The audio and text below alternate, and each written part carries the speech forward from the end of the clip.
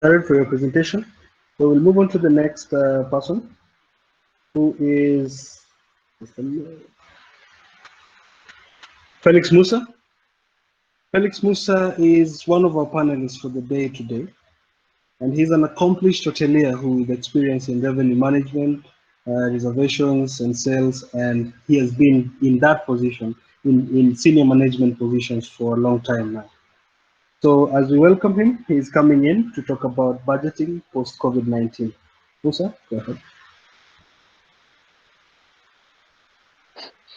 Thank you, Brian. Is it good night, everyone? I mean, it's good evening. You know, now it's a bit confusing. So thank you again for this opportunity, Brian and RevSol. I think Brian needs to mute. Okay. Thank you again for this opportunity. So my name is Felix Musa. I've been in the industry for a while, 10 years now, 10 or 11 years. I've worked in various organizations within the industry, and I've met quite a few of you as well throughout my journey. So I'm the lucky one to get the first presentation, and I thought it's wise we talk about budgeting, because today's presentation is about how do we get into the industry. And assuming tomorrow the president decides he's opening up the country, and you're called into a quick strategy meeting, what will be your advice to the board so that we are able to open up? And budgeting is key, because we know budgeting is the money. Budgeting is everything. I don't think there's any hotel, even house, that operates without a budget. Hence the reason budgeting post-COVID-19. Brian, next slide. So yeah, I will quickly run through the most common types of budgets that are used in the industry. So there are 5. There are many, but these are the 5 ones that we keep on using and reusing in the industry. So there's the traditional one, which is also incremental budgeting. This is where you look at last year, or you look at 2 years back, and then you work your budget based on those databases.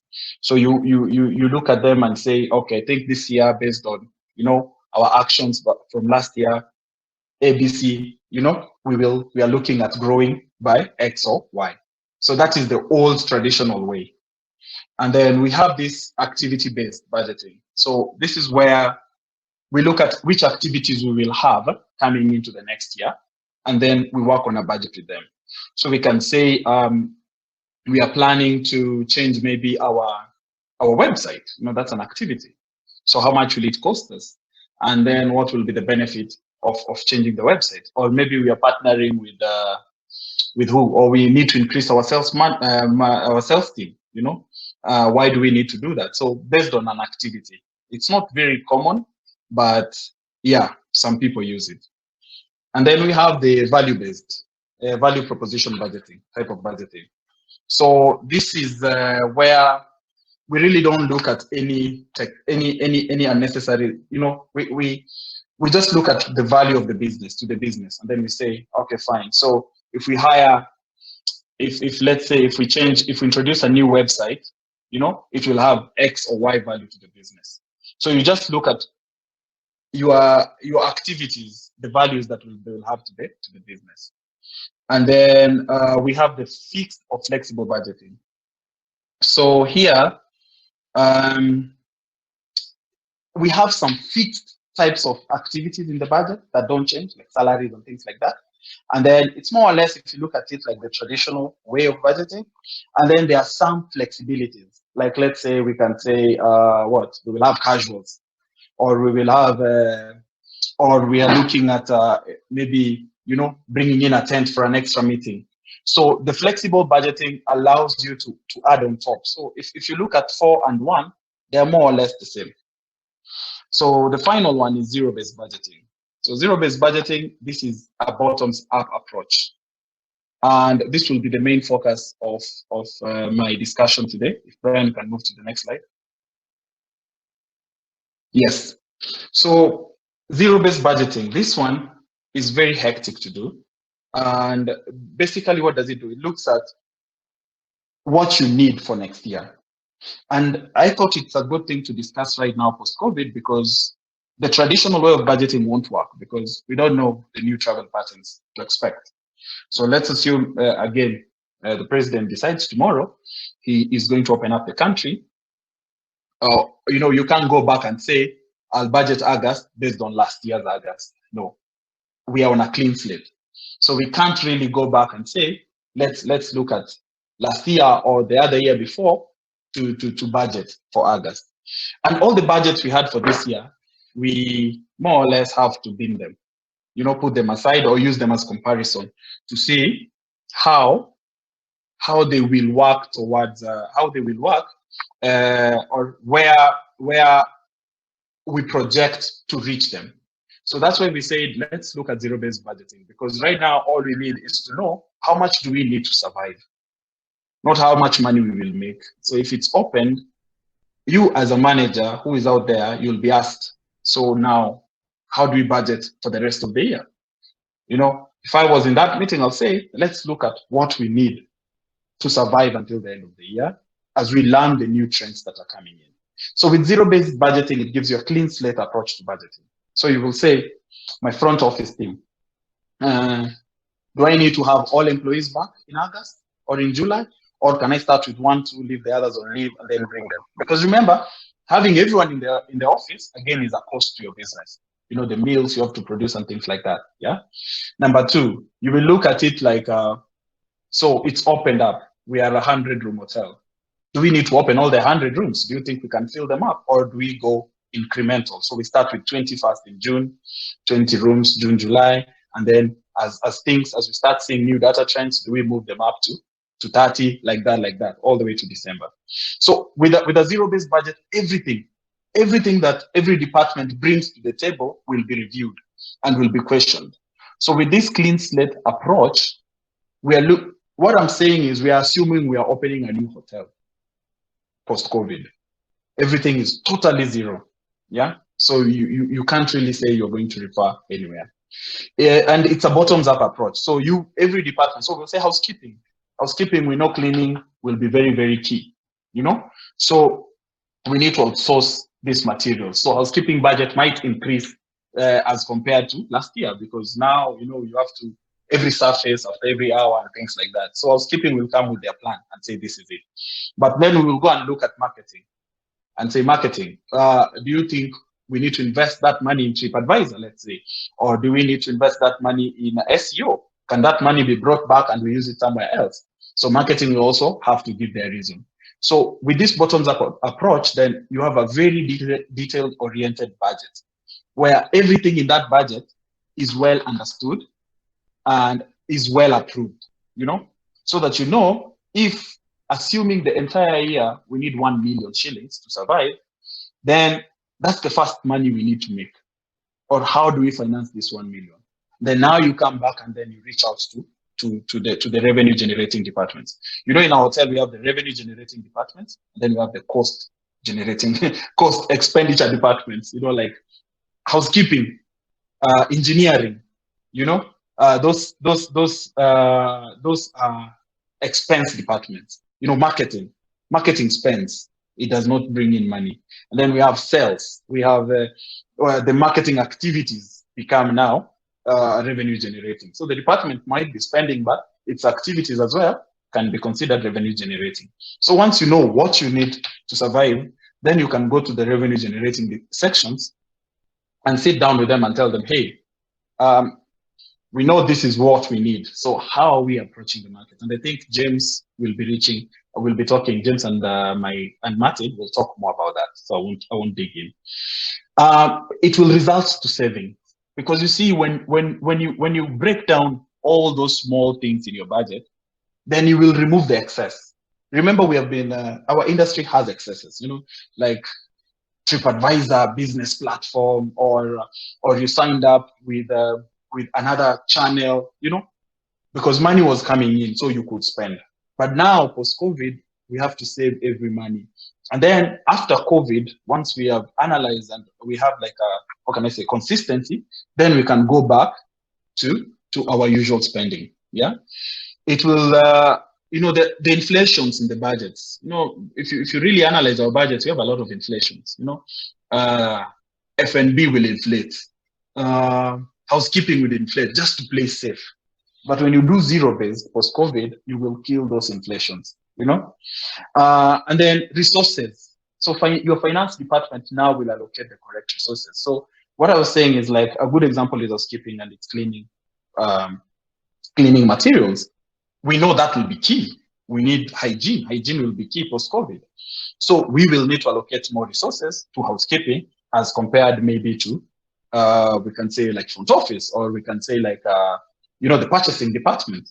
Because every hotel has its own different departments, and they all go into the budget. Yeah. So once we start having efficient allocation of resources, you can see where the savings come in. And then you see the final point there is all this, because we have involved all departments, so there was a communication, all of us have sat down and we're happy with it. Then literally it's aligned to what you as a company want moving forward. So if you are seated in that strategy meeting as a manager, or you're in your departmental P&L meeting, you're able to suggest this, because then once you know what you need to survive, then you have a basis to grow and to move forward. But if we go back to the traditional way, we have no data point to refer to, so we really don't know. You will be shooting, you'll be shooting blindly, hoping to hit. Because right now, if someone came and asked you, I can use Doreen as an example. Doreen, what do you project for August? Do you think we'll do 50% occupancy? It will be very tough. You don't know, but you can actually know your expenditure in August if you're open, based on zero-based. If someone asked, like, James, hey, James, what do you think the year will be like? Will we hit 40%? We don't know. Right now, we have been told domestic market might peak, but we don't know. So zero-based gives us the opportunity to know what we need to survive. And then now, as I said, James and Martin will come us and tell us, how do we generate this revenue, so that we can survive. I think that was my small presentation, unless you have any questions, which we can pick them up on Q&A. Thanks. Thank you, Felix. I think that was very much informative. So we'll move on to our next panelist, who is James Macharia. James Macharia is also another accomplished professional. Kindly mute your mic, whoever is in. But I didn't feel like jumping over a bridge either. After the burger, I knew that I had to get over him. You should do as well. And even if he does call you again, Kindly mute your mic, please. Thank you. I want to. Right, okay. He's the one.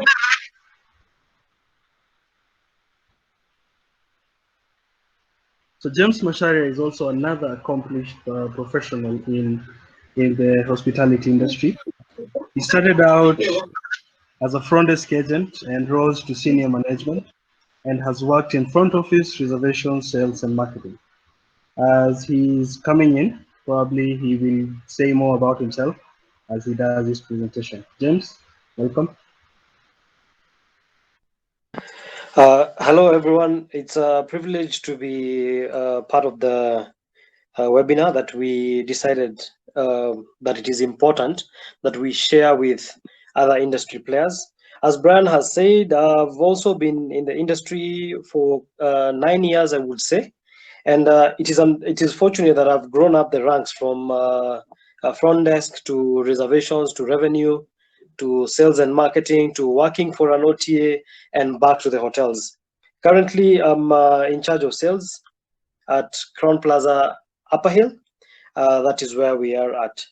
That is a brief on my side. And Brian, if you could proceed to the next slide. So on my side, I'll be handling the sales strategy and the marketing strategy. And as Felix mentioned, sales is a revenue generating department, whereas marketing is encountered with expenses. And if you do not create a balance between how you're spending and track on ROI, then you might end up operating at a loss. Let me begin with a sales strategy. And the first thing that we're going to look at is where do we expect these sales to come from? And we do have direct sales in other market segmentations known as a transient market. We also have website and walk-ins. This is the time for hotels to optimize on direct sales because the cost of guest conversion with direct sales is very minimal compared to other channels. This is because when a guest books directly with you, you will not end up spending on commission or any other expenses attached to converting the guest. And that is the reason why this is a time for hotels to push for direct traffic. It is not dismissing the fact that other channels are important, but these should be carried as a priority for a hotel, because in the process of converting the client, you also want to minimize on how much you're spending to drive the conversion. The second point I have is on online distribution, which Martin will talk about extensively. On online distribution, we have the channels that we work with, OTAs, amongst other forms of conversion, such as travel agents and so forth. These are also very critical in driving conversion. And the most important thing, or the biggest challenge that hotels have been facing, is maintaining parity. Because when you don't have parity on all these channels, then you will find that other channels are performing better than others. So the most critical thing in this case is just ensuring that parity is maintained on all the channels. Then the other thing that you need to look at as a hotelier is, are your sales guys making sales calls? And how often are they doing the sales calls? Right now, the local market is a priority, and it is the mandate of every single hotel to put a push to the sales team on seeing which companies will continue booking, which companies still have money to spend. Because at this point, the companies that personally I have been talking to, most of them don't have any money, because it's like we've been in a recession, and during a recession, companies lose a lot of money. They're not making money. So it's up to the sales team to conduct all these. So if there's something I can re-emphasize and emphasize, is hotels need to take care of the sales team, because the sales teams are the engines of the hotel. Then the other thing you need to look at as a hotelier is not all business is worth it, and that is where we look at ROI. Once we bounce back, I'm pretty sure most hotels will have a tactic of, let's say, trying to dilute the prices. Why would you do that? And a client has not told you he or she is capable of spending. This is the point whereby when you send your sales team out, they should be well versed with a value proposition instead of being quick to renegotiate on the prices. What are you offering extra that your competitor is not offering that makes you stand out, or that makes somebody see it worth to spend $200, $100, and so forth? So at the end of the day, revenue, skills, and sales are aligned, because what you're selling, you have to check what inventory you have before you sell what you're selling. And also you have to check what do you have as a property that other properties don't have.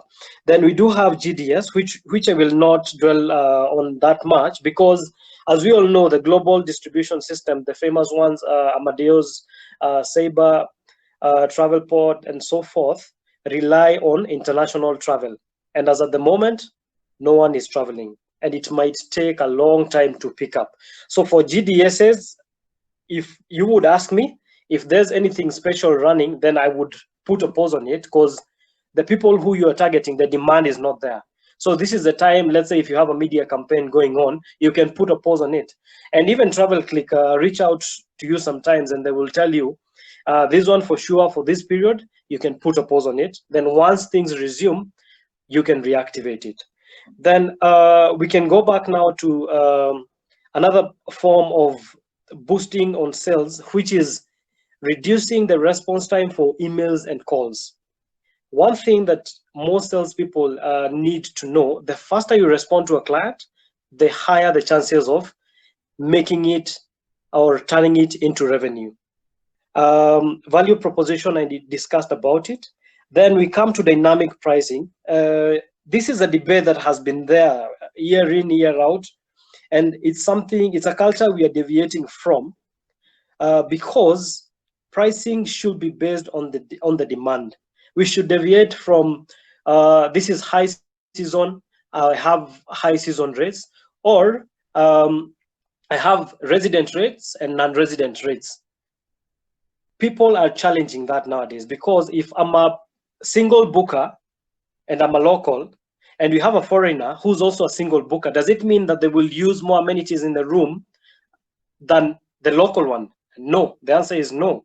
So it is high time that people look into dynamic pricing so that they are able to optimize on all the channels that bring revenue.